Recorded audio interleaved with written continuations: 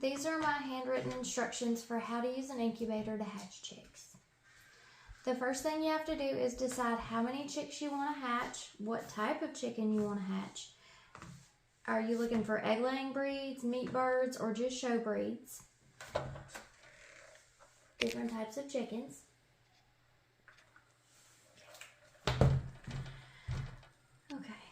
The size of the hatch depends on what kind of incubator you'll need. If you're hatching a few chickens at a time, there are several types of incubators available.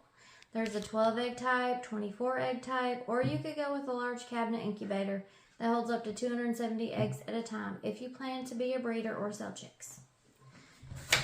This is the large incubator, cabinet incubator. But I use a small little incubator because I usually only hatch a few at a time. I usually keep all the chicks that I hatch, so I use the small incubator to hatch geese, chickens, guineas, or quail. My small incubator will hold 4 goose eggs, 16 chicken eggs, or 24 quail eggs at a time. And it's really simple. It's just got the little power cord thing. Set the temperature there. Increase it or decrease it. You've got a light. Got your little egg turners down in there. And you can move them. They're movable depending on the size of the egg that you're putting in there.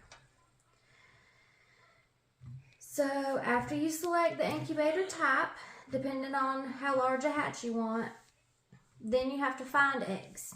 If you have your own animals you're hatching from, just make sure to collect eggs that are clean, like this. Not eggs that are dirty, like this. What? It's a goose egg. It's dirty. Okay. So you can rub dirt off of an egg that's really dirty, but you don't want to wash eggs that are hatched because it washes off the protective bloom. Dirty eggs do not hatch well and can turn rotten and explode. If you want a particular breed that you don't currently have, you can buy eggs from a breeder or a friend. Then you want to check the eggs are fertile. So usually you'll take an egg candler and light it up to see if there's an air cell, which this one has right down here at the bottom. But you look for an air cell because if there's no air cell, they most likely won't hatch. You also want to check at least one egg and look for fertilization. If they're fertile, there will be a white spot, but if they're fertilized by a rooster, there will be a white bullseye spot. You can see the difference here. Okay. Let's see. So I was going to look at this and see if, so this one does not have an, oh yes it does, has an air cell right here in the bottom. That's what you want to have if you're going to try to hatch.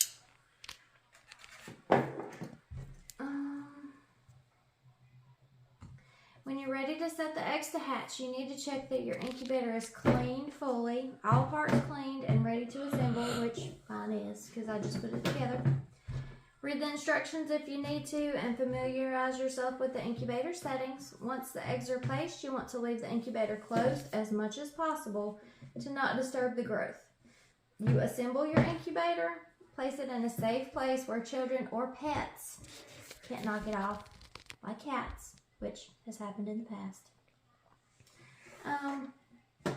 Place your egg holders or turners, which are these little things.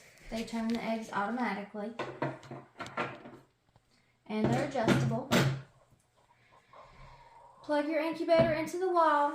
I also wrap mine in a blanket to keep the humidity and temperature regulated. Place the eggs in the turners and close the incubator. After that, you want to put 2 of these, or 100 ml of water in it when you first set the eggs. After that, you put 1 of these, 50 ml of water, twice a day, in the morning and in the evening. Until 3 days before they hatch. After about 8 days, you can pull the eggs out and candle them again and look for veins to check that they're developing. Any eggs that are not growing should be removed before lockdown. This is, let me see if I can, there we go. This is what the eggs will look like as they're growing.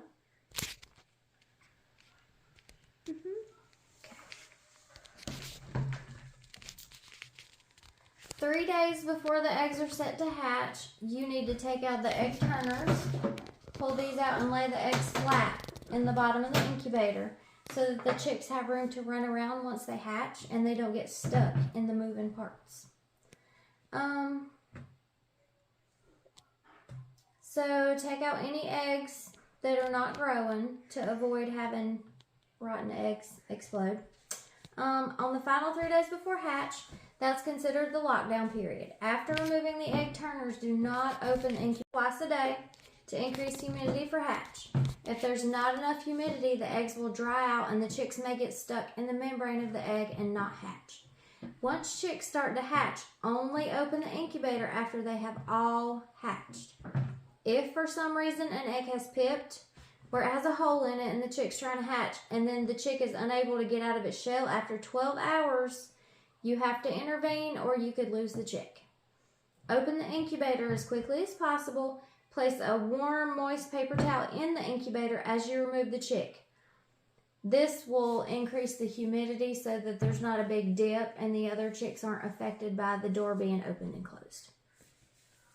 So take your chick that you're trying to hatch to a warm, humid room like the bathroom. Turn on the shower as hot as it goes to steam up the room. Run warm water into the sink and gently help peel the egg off of your chick. After your chick's completely out of the shell, place them back into the incubator to dry. And this is what they'll look like when they first come out. Kind of wet, sticky, gross.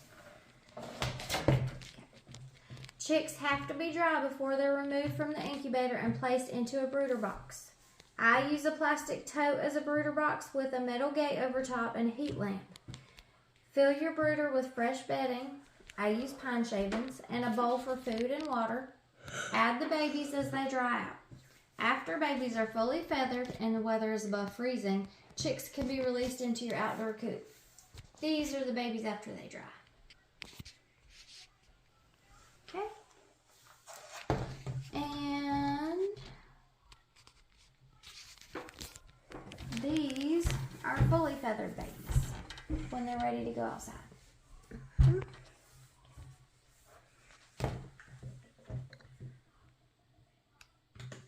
And these are different eggs.